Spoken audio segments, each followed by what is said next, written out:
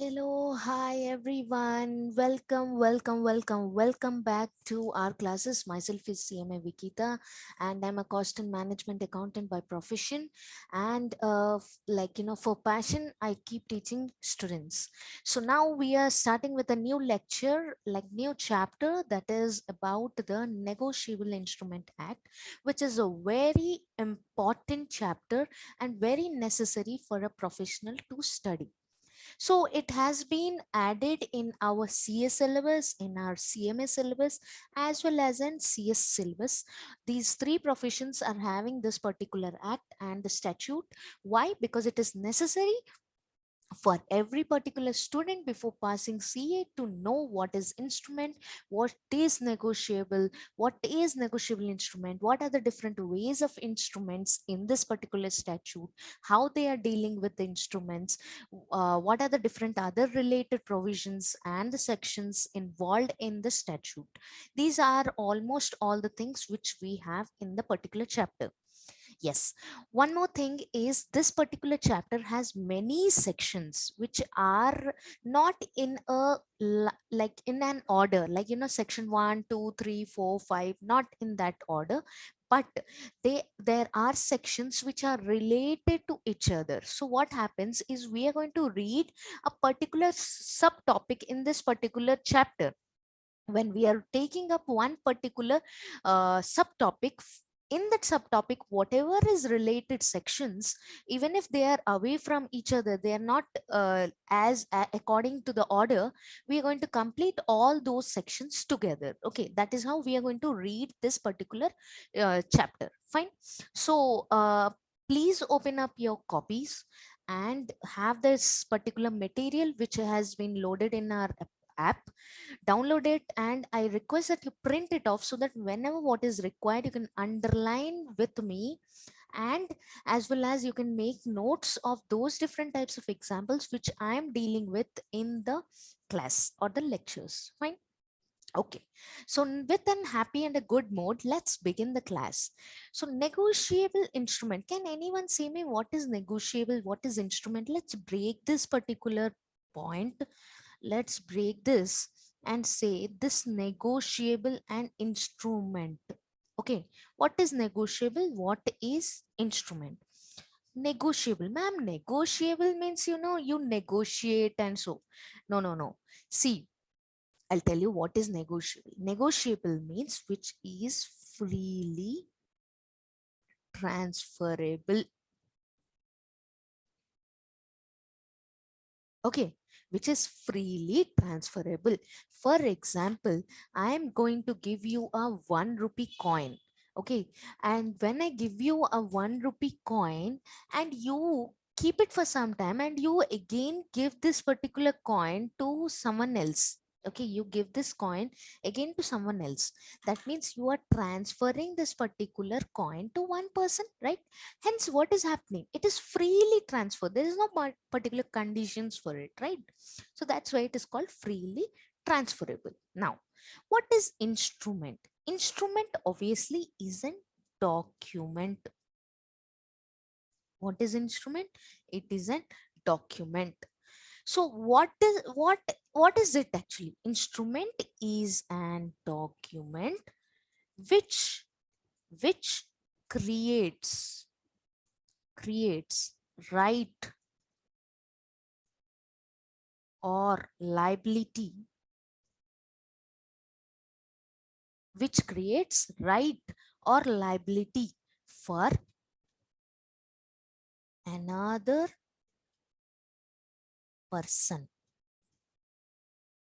Okay, or you can say instrument is a document which creates a right for one person to transfer that particular instrument to another person. Okay, that can also be said. Now, I have one question. Is all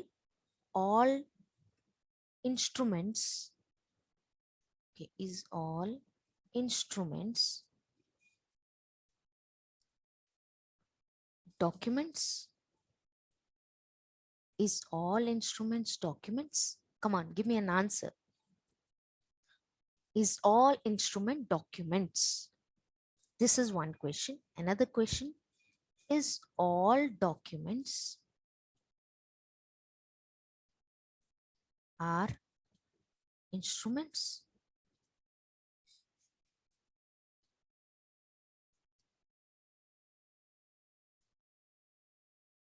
These are two different questions, everyone. First question, is all instruments documents? Is all documents are instruments? For this particular question to be answered, we have some more things to be understood. Okay. Now, maybe you'll say that, ma'am, there is a letter given to me, some like the ICA has given me a letter of appreciation. You have gone to a debate competition in the on behalf of ICAI, and in the ICI, like, you have Sikasa. You know Sikasa. What is this? This is student related, all related to students. There is an organization, there is a small type of community which is created in the ICAI, which has been managed by a particular head, and is called the head of that, from the student people only, from the people only. One particular student is being taken care of all the needs, all the requirements of the students. And there is also one ICAI member who is getting involved with it, so that there is all the demands, needs, and requirements and facilities of the students are being done properly. So this is a Sikasa like, it's a small type of organization or a community, you can say, association, you could say, of the group of people, that is all the students, for the students, by the students, and in the students. Okay, this is how it is. Now what has happened is, you in the Sikasa has, like, gone to a debate competition, and you got the first prize. Okay, you got first prize. When you get this first prize, they give you, the Sikasa organization or the association is giving you a letter of appreciation. Now, can you tell me, this particular letter is a document, right? It's a document. So now you tell me, is this document an instrument? Is it an instrument? Think. Is it an instrument? Are you able to transfer this instrument to another person? Like this document, this appreciation document, are you able to give to Mr. X and say, you keep it for some days? Can you keep it? No. This is a letter of appreciation where it is given this particular Mr. Sam's name. Mr. Sam's name is properly declared there. So when you have got this particular letter, it is a document. It is not an instrument. Hence, one particular question has been cleared. Is all documents are instruments? No. A big no. A big no comes. Is all documents instruments? Is all instruments documents? Now I will answer you this question. Now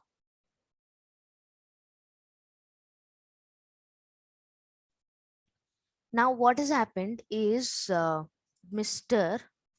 Raj has given a check. Check, check how it is. You have date here, you have pay, then you have to sign here, and so you have the check number and many other things, to Mr. Ramesh. Fine. Mr. Raj has given the check to Mr. Ramesh. Okay. Now, you tell me, this particular check is an document? Yes, ma'am, it is a document. Is it an instrument? Yes, ma'am, it is an instrument. How do you know it is an instrument? Now, instrument means, already said, is a document which creates a right. It is created, this check is creating a right to Mr. Ramesh. Okay, to Mr. Ramesh. The Raj is having a right to give the check to Ramesh. And in this case, he has given rupees 5,000 rupees. 5,000 and he has given a sign. So Ramesh can go to the bank and deposit the check, present the check and get the money deposited in his Ramesh account, right? So what is happening? The document, this is a instrument. The check is an instrument. Check is an instrument. What is happening in this instrument? It is creating a right or a liability for another person. Okay, one thing. Next, you can denote in another way is, it is, instrument is a document which creates a right for one person to transfer that instrument or the document to another person. Got it? So one small question which I had given you has been cleared off. I think you are able to understand what is that. Is all instruments or documents? Yes, ma'am. All instruments are documents, but all documents are not instruments. Remember, have you got it clear in your mind that all instruments are documents, but all documents are not instruments? Now, example. Okay, now another example I'll tell you.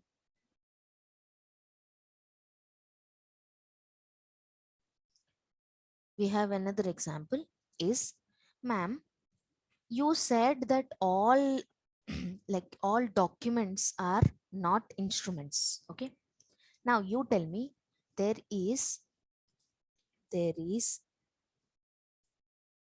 okay, there is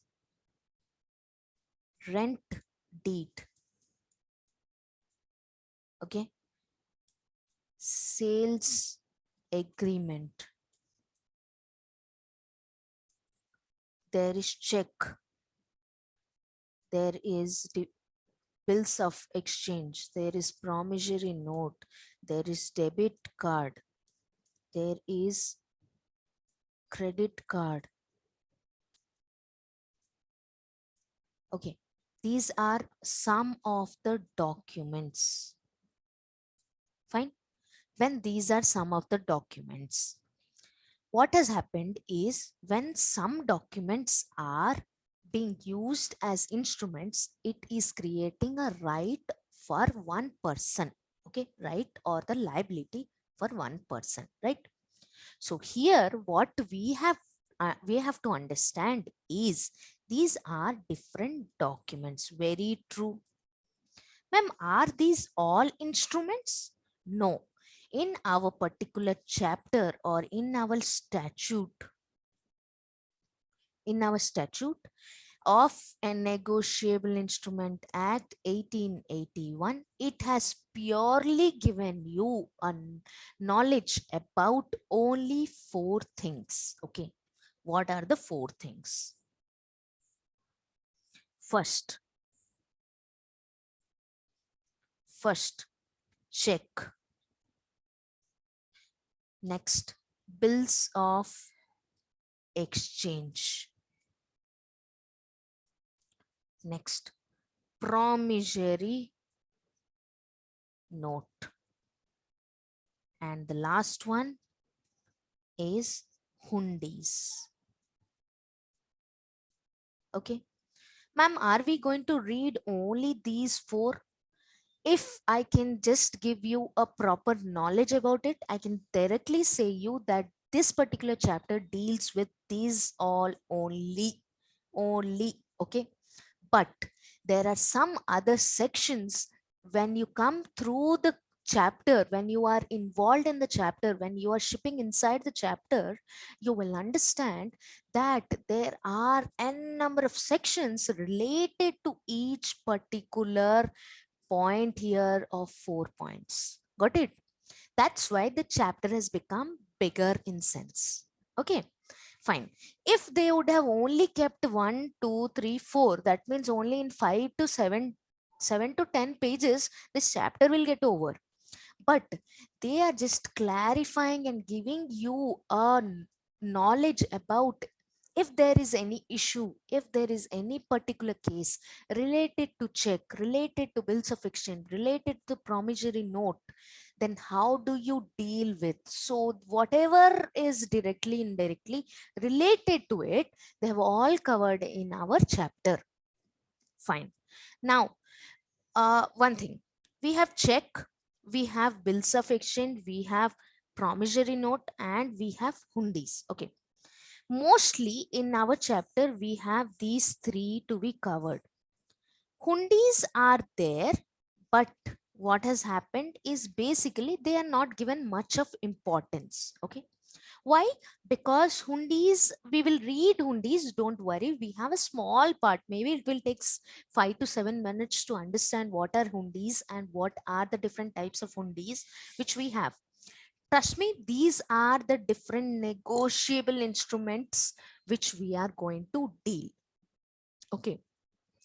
Ma'am, we have many other negotiable instruments which we are able to freely transfer. When we are giving a debit card, we are giving a credit card to someone. My credit card, my debit card, I'm giving to someone else.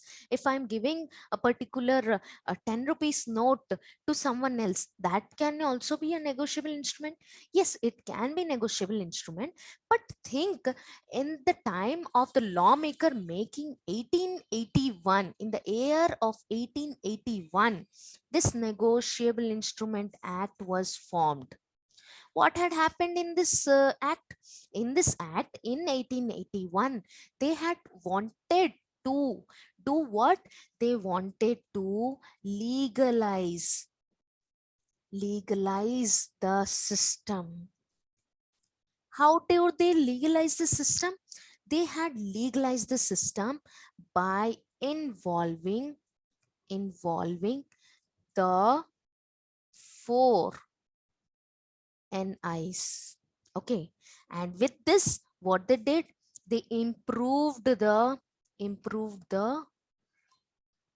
credit facility. Credit facility. And with this, they wanted to improve the system of trade and commerce. Okay, and they wanted it to grow extraordinarily and very nicely. Hence, at that particular point of time, there was not much banks, there was nothing else except the RBI who had focused on these points. Okay, there was no debit card, there was no net banking, there was no Google, there was no credit card. Hence, they did not ever thought of those particular can happen. Hence, they did not involve these points in our chapter. So basically, at that point of time, and even now, these are the different instruments which are very, very necessary for a business to happen, or for trade and commerce, or in the market. Got it? So this is the way, why, what is the purpose of Negotiable Instrument Act is, this is the purpose of Negotiable Instrument Act. Why we are reading this thing, what is the objective, is to legalize the system, in basically bringing out more and more profit, more and more of GDP, more of, you know, you can say, improving the system in so beautiful way that there is every single manner, every single corner of the India can trade and do commerce easily and effectively without any issues in their working nature. Got it? That is why we have Negotiable Instrument Act in our syllabus. Now, as I said, you negotiable and instrument. Now, if you are able to combine these two things, what does it say? It is saying that it is a document. It is a document which is freely transferable from one person to another. Okay. So normally in our statute, they have not defined, means in this act, they have not defined the negotiable instrument act. Matlab, kya hai negotiable instrument act? What is the meaning of negotiable instrument act? They have not defined, but they have indirectly explained you what does it refer to negotiable instrument act. Hence, section 13 refers to these things. It refers to check, it refers to bills of exchange, it refers to the promissory note, and it refers to another part, that is hundis, which we will read in our chapter. These all things we will read in a chapter. Fine. So I think you have got a clarity, a bit of clarity of what's going on, and so fine. Okay.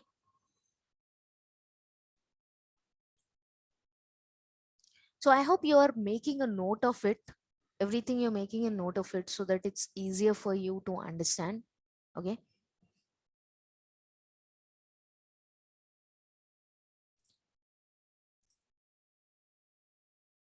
So I think you have noted down whatever we have read till now. Yeah. Now coming up to it is the when it was applicable, and where it is applicable. Is there anything, any other conditions to it? We'll understand those all things. Okay.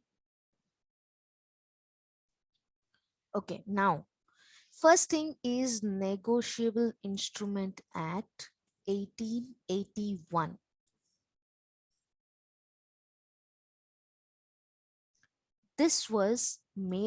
This act was made in 1881, and as you know, there is something which is related to how it becomes an act. There is a draft bill. Okay. I'm just clarifying it. There is a draft bill. Already I have told you in the first classes. There's a draft bill. As and when there is something new, things to be accepted to the public, and so what happens is there's a draft bill. This draft bill must be passed through the Lok Sabha and Rajya Sabha, and then after Lok Sabha and Rajya Sabha, it should be sent to the president, okay, of India. Okay. The president of India has to give the consent or assent on this bill. Okay. As and when he gives a consent, that is yes, yes, yes, this particular bill becomes an act. Got it? How it becomes an act? Okay. Now, if it is been declared that at this particular point, if it is declared that this act will commence,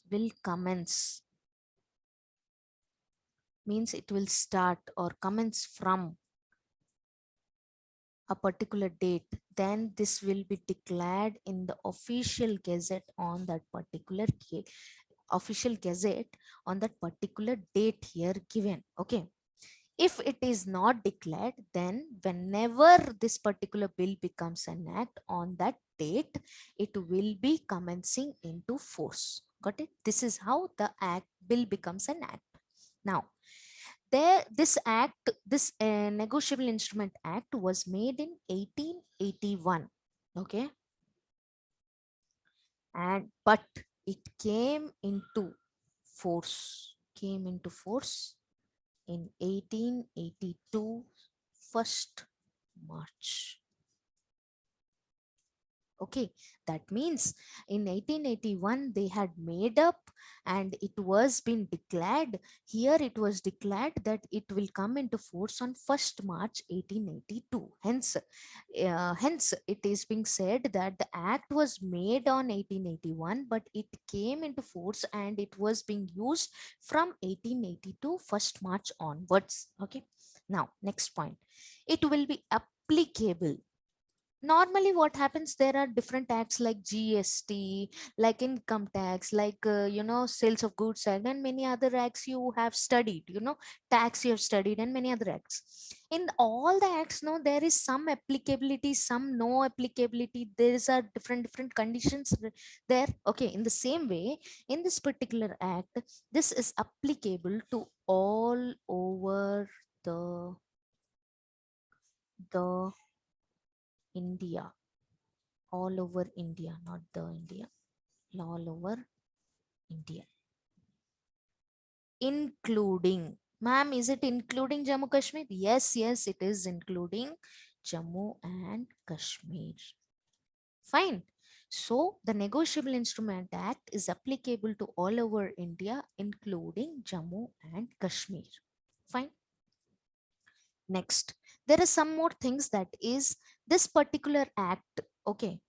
Uh, in there was different amendments on this act on 2002, 2015, 2018, and so. Okay, and there are some new sections also added, that is section 143, 142A, and so. Fine, these are some new things which has been updated in this act.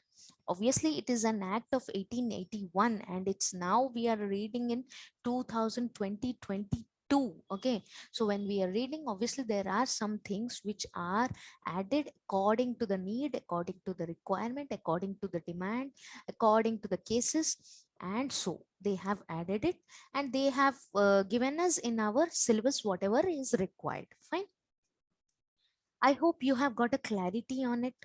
Okay, till now, everyone.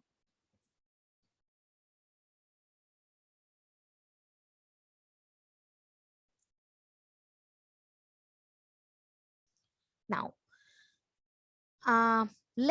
there are some important things which we have to read, that is in this particular chapter, is the